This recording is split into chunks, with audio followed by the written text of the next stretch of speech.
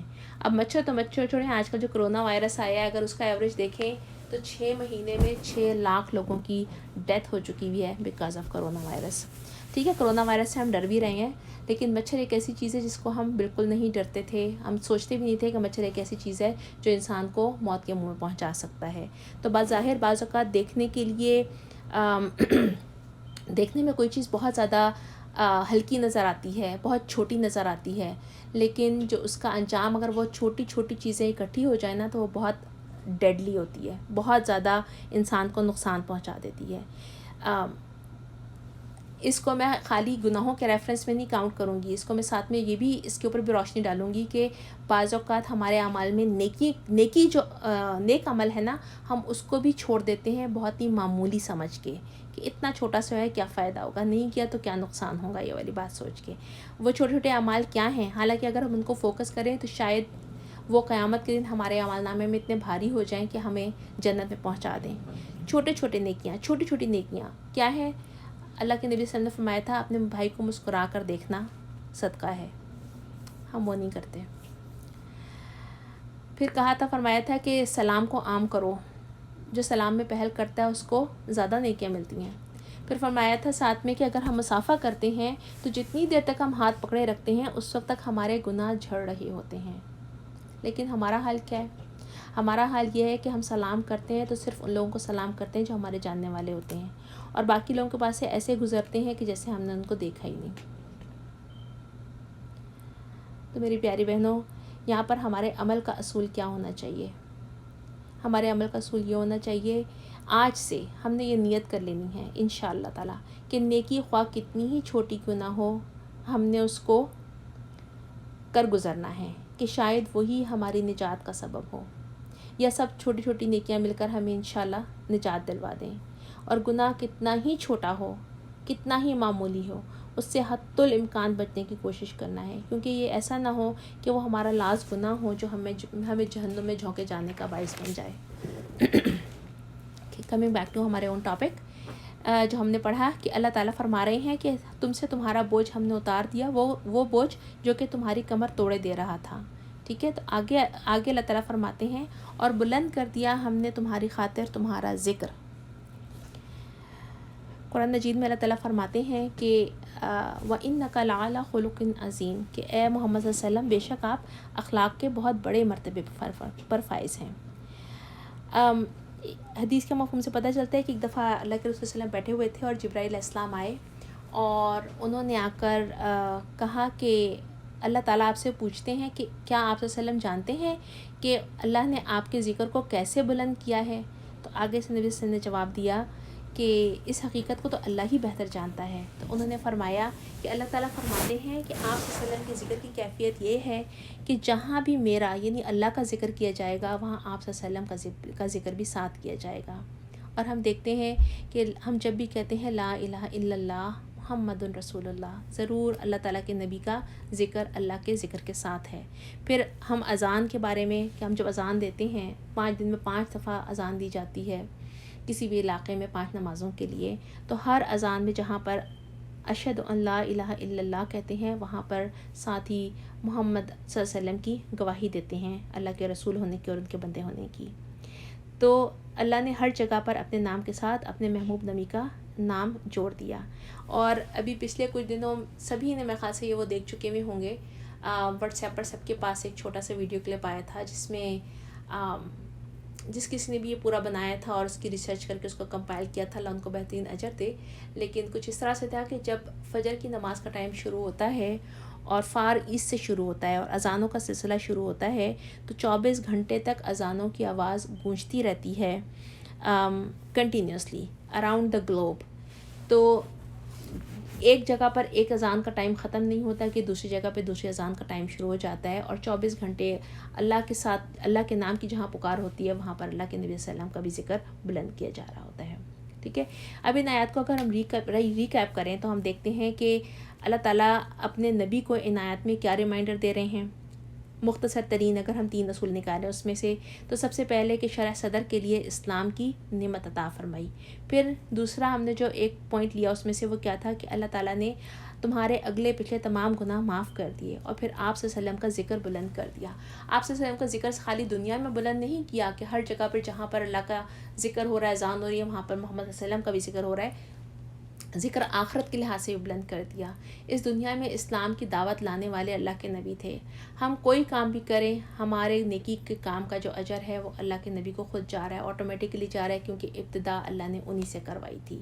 تو ان کا نہ صرف یہاں پر ذکر بلند ہو رہا ہے بلکہ ہر دنیا میں نیک کام کا جب تک قیامت رہے گی، قیامت نہیں آئے گی، جب تک دنیا قائم رہے گی اس وقت تک جو بھی نیک کام کوئی بھی مسلمان کرے گا اس کا شیئر ہمارے نبی صلی اللہ علیہ وسلم کے اکاؤنٹ میں جائے گا، اور اللہ تعالیٰ قیامت تک ان کا جو رینک ہے جنت میں وہ بلند کرتے چلے جائیں گے انشاءاللہ تعالیٰ۔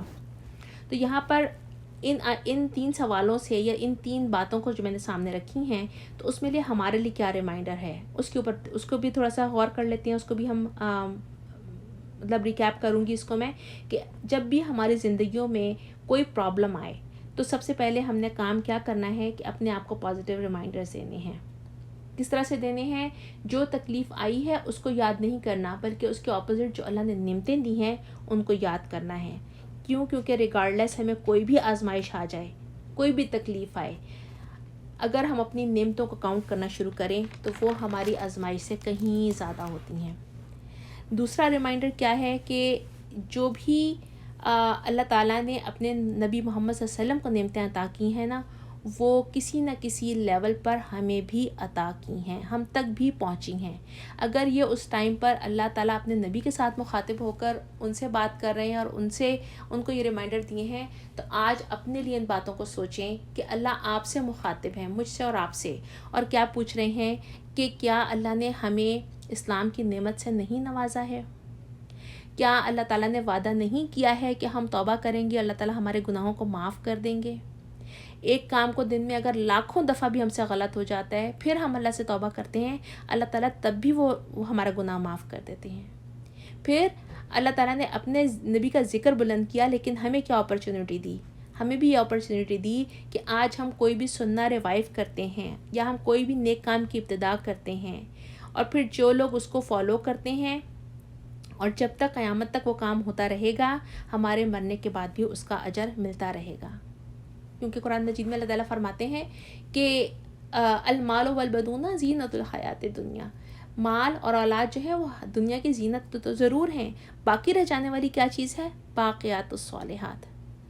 یہ باقیات الصالحات ہی ہیں جو ہمارے لیے قیامت تک ہم خود بھی اچھے کام کریں، لوگوں کو بھی گائیڈ کرنے والے ہوں، اپنی بھی اصلاح کریں اور لوگوں کو بھی ہدایت کی طرف لانے والے ہوں، ان کو بھی بہترین طریقے سے جہاں جہاں جو کام کر سکتے ہیں کرتے رہیں، تو قیامت تک ہمارے بھی انشاءاللہ جنت میں ہمارے جو رینکس ہیں وہ ہائر ہوتے رہیں گے.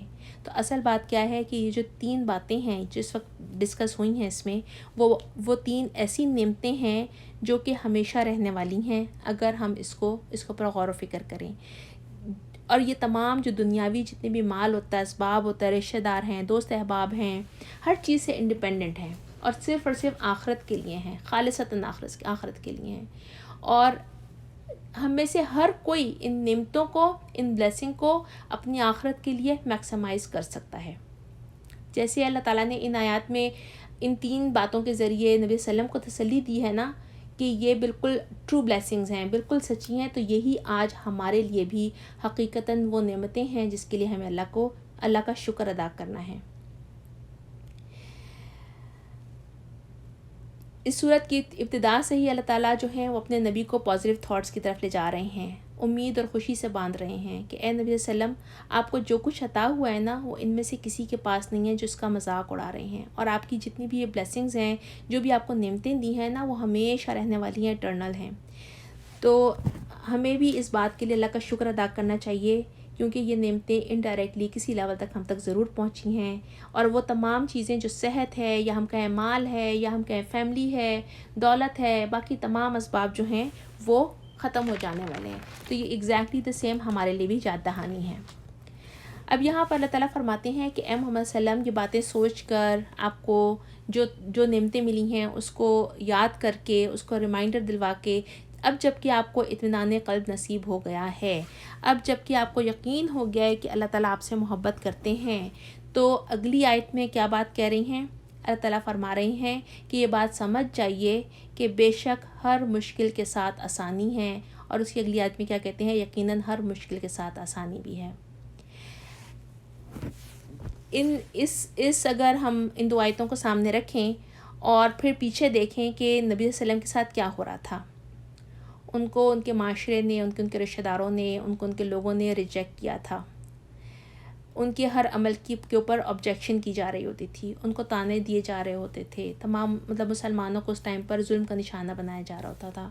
تو یہ کیا تھا؟ اللہ تعالیٰ فرماتے ہیں یہ عسر ہے، یہ مشکل ہے، یہ تکلیف ہے. ٹھیک ہے، لیکن سوچنے کا کام یہ ہے کہ اللہ تعالیٰ نے یہ نہیں کہا کہ اس کو اگنور کر دو، اس کو بھلا دو، اس کو جسٹ forget about everything کہا، لیکن کہا کہ ہر عسر کے ساتھ یسر ہے، ہر مشکل کے ساتھ آسانی ہے. یعنی اللہ کوئی مشکل نہیں بھیجتے جس کے ساتھ آسانی نہ ہو. مفسرین کہتے ہیں یہاں پر کہ اللہ تعالیٰ نے العسر کی بات کی ہے، جو کہ گرامر کی اعتبار سے معرفہ ہے، خاص ہے، سنگولر ہے، لیکن جو یسر ہے وہ عام ہے اور اس کو وہ ملٹیپل کے درجے میں آتا ہے. لہٰذا اس کا کیا مطلب ہوا کہ اگر ایک مشکل آتی ہے تو اس کے ساتھ اللہ تعالیٰ ملٹیپل آسانیاں دیتا ہے، اگر بہت نہیں تو 2 تو آتی ہیں، کیونکہ حضرت ابن عباس جب اس آیت کی تشریح کرتے ہیں تو وہ بتاتے ہیں کہ کوئی بھی ایک مشکل، کوئی بھی ایک آزمائش، کوئی بھی ایک پریشانی، اللہ تعالیٰ جو ہے اس کے ساتھ ہمیشہ اس کی ریپلیسمنٹ کے لیے 2 یسر بھیجتے ہیں. اس کی ریلیف کے لیے اللہ تعالیٰ اس کا جو فائدہ ہوتا ہے اس میں سے 2 تو کم سے کم ضرور ہوتا ہے جس سے اللہ تعالیٰ اس کو ریپلیس کرتے ہیں. میں سوچ رہی تھی اس کو پڑھتے ہوئے کہ یہ وہی والی بات ہے جس کو ہمارے سب بزرگ اور جو کہتے تھے کہ اللہ تعالیٰ ایک دروازہ بند کر دیتا ہے تو 100 کھول دیتا ہے. یہاں پر ہمارے لیے عمل کا اصول کیا ہے؟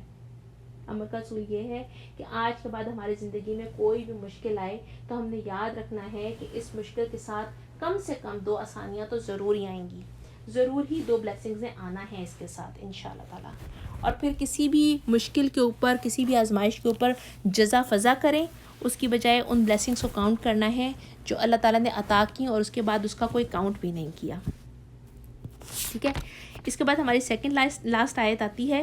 میرے پاس اس وقت ٹائم نہیں ہے, ورنہ میں انشاءاللہ میں اپنے ساتھ ایون جو ہمارا موسٹ ریسنٹ ایکسپیرینس تھا میرا, وہ میں اگر شیئر کروں یا مختصر سی میں آپ کو اس میں بات کہوں کہ آپ سب جانتے ہیں اور میجورٹی لوگ جانتے ہیں کہ بگننگ آف دس ایئر میرے لیے تھوڑی سی پرابلم ہو گئی تھی کلاس میں آنے کے لیے, کیونکہ میری بیٹی کی جاب ہوئی تھی, بہت دور تھی, 2 گھنٹے کی ڈرائیو تھی جانا, 2 گھنٹے کی ڈرائیو تھا آنا.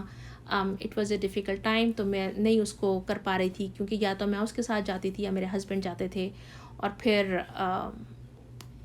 بہت مشکل ہو رہا تھا. لیکن میں بچی کو ڈسکریج اس لیے نہیں کر رہی تھی کہ اس کا شوق تھا کچھ کام کرنے کا, اور اگر میں اس کو ڈسکریج کرتی تو وہ بھی مجھے اچھی بات نہیں لگتی تھی. تو اس کے ساتھ ہی ڈیسائیڈ ہم لوگوں نے یہ کیا کہ ٹھیک ہے ہم 6 ہفتے دیکھتے ہیں, اس کے بعد دیکھیں گے اگر افنان آپ کو پسند آتا ہے, جاب کرنا مزہ آ رہا ہے, تو ہم وہیں پہ اپارٹمنٹ لے لیں گے, تو آپ ویک ڈیز میں وہاں رکنا, پھر ہم گھر آ جانا, کائنڈ آف دیٹ.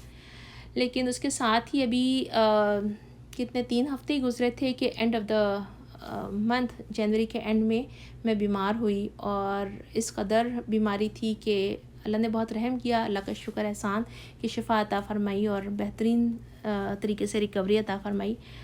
بظاہر اس وقت جب وہ بیماری آئی تھی, وہ تکلیف آئی تھی, تو اس قدر اچانک تھی کہ مجھے لگتا تھا کہ میں کھڑے کھڑے بس گر گئی ہوں نیچے. جیسے ایک انسان ہے نا, وہ سیدھا ہو کر, جیسے سمجھو کہ ایک بہت بڑی عمارت ہو اور اچانک کوئی ایسا حادثہ ہو اور وہ ایک دم سے کولیپس ہو جائے.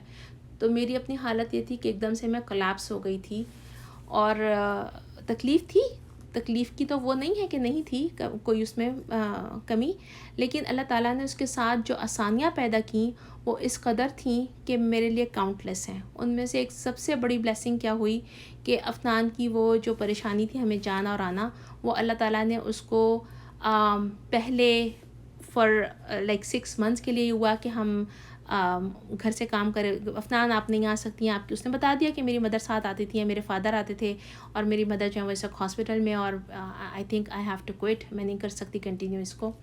تو انہوں نے کہا نو کوئٹ نہیں کرو, بلکہ ایسا کرو کہ جب تک تمہاری ماں بیمار ہے تم اس کی بھی ٹیک کیئر کرو, اور ساتھ میں تم گھر سے کام کرنا شروع کر دو. اونلی ونس اے ویک آپ کو جو ہے وہ آنا ہے, اور وہ بھی ڈیلس آفس میں آنا, اور وہاں آ کر جو بھی ان کی میٹنگ ہے وہ کر لیں گے. لیکن لیٹر آن الحمدللہ نہ صرف وہ ہوا, اس کے بعد اس کی جو اس کی جاب کے ریویو وغیرہ ہوئے, تو اس پر اللہ تعالیٰ نے اس کو پرماننٹ فیڈرل امپلائمنٹ کے ساتھ فل ٹائم اب وہ گھر سے ہی کام کرے گی. صرف اونلی دا ٹائم اس کو جانا ہے وہ کورٹ جانا ہے, زیادہ کورٹ انسان گھر سے نہیں کر سکتا. لیکن اللہ تعالیٰ نے ایک تو یہ میرے لیے بہت بڑی آسانی کر دی. دوسرے اس کے بعد جو بہت ساری آسانیاں تھیں وہ کاؤنٹ لیس ہیں. اگر میں کاؤنٹ کرنا شروع ہوں تو ہماری کلاس کا ٹائم اسی میں ہی ختم ہو جائے گا. لیکن آلویز جو یاد رکھنے کی بات ہے, جو عمل کا اصول یہ ہے کہ اللہ تعالیٰ ایک تکلیف بھیجتے ہیں تو اس تکلیف کے ساتھ اللہ تعالیٰ نے ضرور ضرور ضرور جو آسانیاں رکھی ہیں اس کو ہم گن ہی نہیں سکتے. اور میرے اپنے لیے جو سب سے بڑی بلیسنگ تھی وہ کیا تھی, مجھے اللہ کا وعدہ اللہ نے یاد رکھوایا, اللہ تعالیٰ نے بار بار ریمائنڈ کروایا کہ بیماری آئی ہے تمہارے گناہوں کا ذریعہ ہے, معافی کا ذریعہ ہے, تمہارے گناہوں کا کفارہ ہو رہا ہے. اللہ تعالیٰ یقیناً اس سے میرے درجات ضرور بلند کریں گے. اس لیے کہ مومن کو تو ایک سوئی بھی چبھتی ہے, ایک کانٹا بھی لگتا ہے, تو اس سے بھی گناہ اللہ تعالیٰ معاف کر رہے ہوتے ہیں. تو یہ تو بہت ہی بڑی چیز تھی. اللہ تعالیٰ سے بہترین امید کے ساتھ جو اللہ تعالیٰ نے اپنا کنیکشن عطا کیا وہ اس سے بہت بڑھ کر تھا. پھر اس کے بعد ایک لمبی لسٹ ہے, ہمارے پاس اب ٹائم نہیں ہے, انشاءاللہ اس کے اوپر پھر کبھی بات کریں گے. لیکن ہم اپنی سیکنڈ لاسٹ آیت کی طرف آتے ہیں. سیکنڈ لاسٹ آیت میں اللہ تعالیٰ فرماتے ہیں فَإِذَا فَرَغْتَ فَانْصَبْ.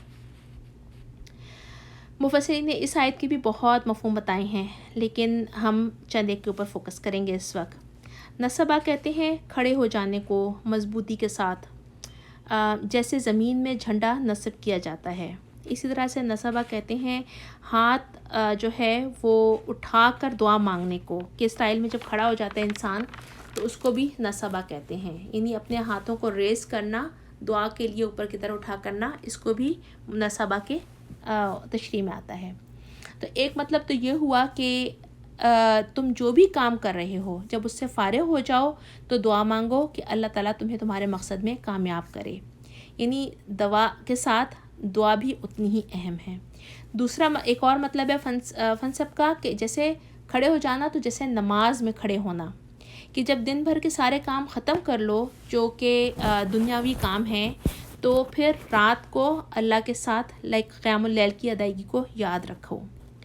تو اس سے جو ایک بات سمجھ میں آتی ہے وہ یہ ہے کہ زندگی تو مشکل ہے، نو ڈاؤٹ اباؤٹ اٹ، آزمائشیں آنی ہیں، وہ آئیں گی، تو اس میں کرنے کا کام کیا ہے کہ اپنے دنیاوی جتنے بھی ہمارے اسباب ہیں ان میں سے ہم جو بھی کام کر سکتے ہیں وہ کریں، اپنے حد الامکان اس کے لیے کوشش کریں، لیکن آخر میں نماز اور دعا کے ذریعے اپنے رب کی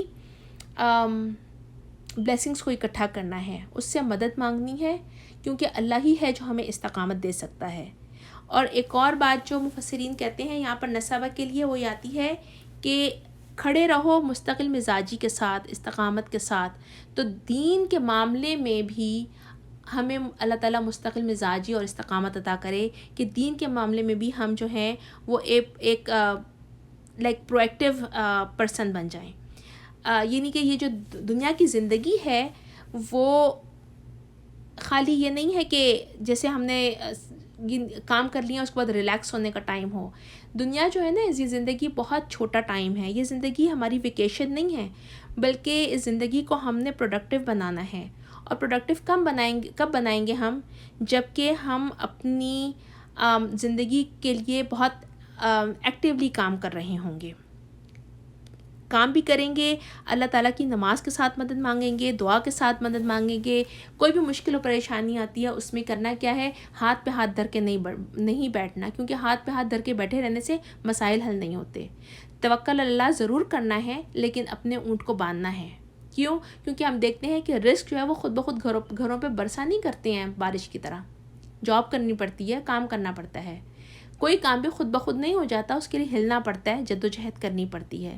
تو کرنے کا کام یہاں پر ہمارے لیے کیا ہے کہ ہم نے اپنے لیے اپنا ایک ویژن بنانا ہوگا، اپنے گول سیٹ کرنے ہوں گے، اور ان گولز کے لیے پلانز بنانے ہوں گے، ایک پلان نہیں، ملٹیپل پلان۔ اگر ہمیں پروڈکٹیو ہونا ہے نا تو ہمیں ملٹیپل پلان بنانا تھا۔ اور ملٹیپل پلانز کیوں بنانے ہیں؟ تاکہ اگر خدا نہ خواستہ ایک پلان فار اینی ریزن فیل ہو جاتا ہے تو ہم رائٹ اوے اس کا جو بیک اپ پلان ہے اس کے اوپر عمل شروع کر دیں۔ یعنی کہ فنسب استقامت کے ساتھ ہمیں ان پلان پر عمل کرنے کے لیے جت جانا ہوگا، ٹھیک ہے؟ اور ان تمام کاموں کے ساتھ جب ہم انجام دے رہے ہیں تو اللہ تعالیٰ سے دعا کے ذریعے، نماز کے ذریعے انجام بالخیر طلب کرنا ہوگا۔ آخری آیت ہے وَإِلَىٰ رَبِّكَ فَارْغَب۔ کیا مطلب ہے؟ اور اپنے رب کی طرف دل کو لگائے رکھو، دل اللہ کے اپنے رب کی طرف ہی لگائے رکھو۔ یعنی اصل بات یہ ہے کہ ہم اس دنیا میں جو بھی کام کر رہے ہیں، ہمارا جو الٹیمیٹ گول ہے نا وہ صرف اللہ کی رضا ہونی چاہیے۔ دنیا کے کام اللہ کی رضا کو اچیو کرنے کے لیے ہونے چاہیے۔ اگر ہم سب اپنا گول اللہ کو اور اللہ کی رضا کو بنا لیں تو یاد رکھیں، مجھے امید ہے انشاءاللہ اللہ کی ذات سے کہ دنیا کی تمام جو مشکلات ہیں، جو آزمائشیں ہیں نا، ان کی حیثیت سیکنڈری رہ جائے گی۔ کسی نے کیا باتیں لگائی ہیں، کسی نے تانے دی ہیں، کسی سے کیا دکھ ملے ہیں، ان کی نا کوئی ویلیو نہیں رہے گی۔ جیسے اس سورہ میں بھی اللہ تعالیٰ نبی صلی اللہ علیہ وسلم کو ریمائنڈ کروا رہے ہیں نا کہ انڈائریکٹلی یہی بات ہے نا کہ اپنی جو خوشی ہے اس کو اہل قریش سے، اہل مکہ کے جو پازیٹیو رسپانس کے ساتھ لنک نہ کریں۔ اگر وہ آپ کو نہیں اپریشیٹ کر رہے، اگر وہ آپ کے ساتھ نہیں جوائن کر رہے آپ کی جو مقصد زندگی ہے اس کو، تو اپنا جو اصل خوشی ہے اور امید ہے اس کا دھیان اللہ کے ساتھ لگا لیں۔ تو آپ جب ایسا کریں گے تو یقیناً آپ صلی اللہ علیہ وسلم آپ کامیاب ہو جائیں گے۔ اور آج یہی ریمائنڈر ہمارے لیے بھی ہے، ٹھیک ہے؟ اس سورہ کو میں کنکلوڈ کر رہی ہوں صرف عمل کے چند اصولوں کے ساتھ۔ مجھے امید ہے کہ انشاءاللہ تعالیٰ میرے لیے بھی وہ بہت فائدہ مند ہوں گے، اور آپ سب کے لیے بھی اللہ تعالیٰ ہم سب کو بہترین عمل کرنے والا بنائے۔ پہلا جو عمل کا اصول ہے نا اس سورہ کو سامنے رکھتے ہوئے، وہ کیا ہے کہ تصویر کے کئی پہلو ہوتے ہیں، کسی بھی چیز کو دیکھنے کے مختلف اینگل ہوتے ہیں، تو ہم نے کیا کرنا ہے کہ ہم نے ہر تصویر کا روشن پہلو سامنے رکھنا ہے۔ دوسری بات کیا کرنی ہے کہ اللہ تعالیٰ کا جو کی جو رحمتیں ہمارے ساتھ اس وقت موجود ہیں، جس میں اسلام کا علم ہونا، اللہ کی پہچان ہونا، ہماری زندگیوں میں ہمارے دین کا ہونا، ان کو یاد رکھنا ہے کہ دراصل اللہ کی اصل رحمت یہی ہے۔ ہمیں ان لوگوں کو دیکھیں اور ملیں جن کی زندگیوں میں دین نہیں ہے نا، جن کو اللہ کی پہچان نہیں ہے، تو ہمیں قدر آئے گی۔ اور وہ جو میں نے لاسٹ ویک آپ سے بات کی تھی نا اباؤٹ اے گائے، جس نے مجھ سے آ کر سوال کیے تھے، وہ بھی اللہ ہی کو ڈھونڈ رہا تھا، وہ بھی اللہ ہی کو پہچاننے کی کوشش کر رہا تھا، وہ بھی اللہ سے اپنے سوالات کے جواب چاہ رہا تھا۔ اور اس کی حالت دیکھنے کے بعد جو میں نے سیکھا اور جس طرح سے مجھے اپنے رب کی قدر آئی، وہ حقیقتاً الحمدللہ رب العالمین، تب مجھے پتہ چلا کہ اصل اللہ کی رحمت یہی ہے کہ اللہ نے ہمیں اپنے دین کی، اپنے اسلام کی، اپنی پہچان کی جو نعمت ادا کی ہے، وہ بہت بڑی نعمت ہے۔ اللہ ہمیں اس کا حق ادا کرنے والا بنائے اور شکر گزار بنائے۔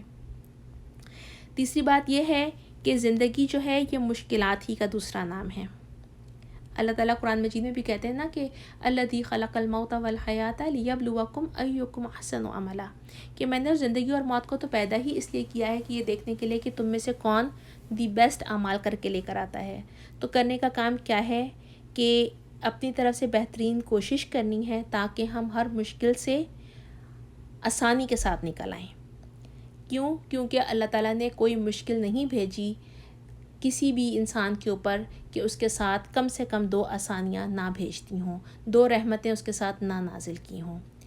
اگلی بات یہ ہے کہ ہماری زندگی میں جو بھی سچویشنز چل رہی ہوتی ہیں، اس کے مطابق اپنے پلانز کو تیار کر کے رکھیں کہ ہم نے اپنی پلاننگ کرنے سے اللہ تعالیٰ نے منع نہیں کیا۔ سالانہ پلاننگ کر کے رکھیں، پھر اس کے بعد ماہانہ پلاننگ کر کے رکھیں، پھر ویکلی پلاننگ کر کے رکھیں، اور اپنی ہر پلاننگ کے ساتھ اس کا ایک بیک اپ پلان بھی رکھیں، کیونکہ ہم بہت ساری چیزوں کو نظر انداز کر دیتے ہیں، جس میں بیمار ہو جانا ہے، اچانک کوئی ایسی چیز آ جانا ہے جس کو ہم ہم کر ہی کچھ نہیں سکتے اس کے لیے، تو اللہ نہ کرے کوئی ایسی صورتحال آ گئی، تو اس سچویشن میں میرا پلان بی کیا ہونا چاہیے، اور پلان بی کے ساتھ میرا پلان سی کیا ہونا چاہیے۔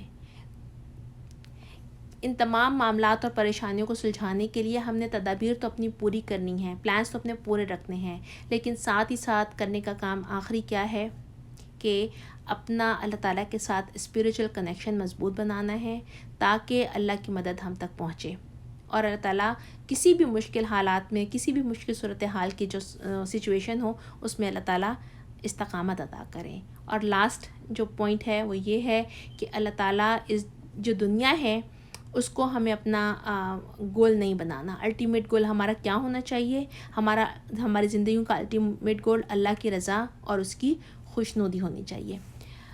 میں اس کو پڑھ رہی تھی اور اس کے بعد میں نے سیرہ کے بہت سارے واقعات پڑھے، کھل کے ہم پڑھتے ہی رہتے ہیں، ہم نے جس کسی نے بھی سیرہ پڑھی ہوگی، ہم دیکھتے ہیں کہ جو ڈپریشن کسی کیفیت اللہ تعالیٰ کے نبی صلی اللہ علیہ وسلم کے ساتھ ان 2 سورہ کے نزول سے پہلے تھی، وہ ان نزول کے بعد، اس حوصلے کے بعد، ان ریمائنڈرز کے بعد، اللہ تعالیٰ کے ان تسلی کے الفاظ کے ساتھ، اللہ تعالیٰ کے نبی کے اندر جو پازیٹیوٹی پیدا ہوئی، جو امید پیدا ہوئی، یا اللہ تعالیٰ کو انہوں نے اپنا جو جیسے مقصد زندگی بنا لیا، اللہ کی رضا کو، اللہ کی خوشنودی کو، تو ہم دیکھتے ہیں کہ وہ کبھی بھی مایوس نہیں ہوئے، اس کے بعد کبھی بھی نا امید نہیں ہوئے۔ تو مجھے امید ہے کہ اگر آج بھی ہم ان اصولوں کو اپنا لیں گے نا، تو ہم بھی کبھی مایوس نہیں ہوں گے، اور ہم نے اللہ سے ہمیشہ اچھا گمان رکھنا ہے، کیونکہ ہمیں حدیث سے پتہ چلتا ہے کہ اللہ تعالیٰ اپنے بندوں کے گمان کے مطابق ان سے فیصلہ فرماتا ہے۔ سبحانک اللہم و بحمدک، نشہد ان لا الہ الا انت، نستغفرک و نتوب الیک۔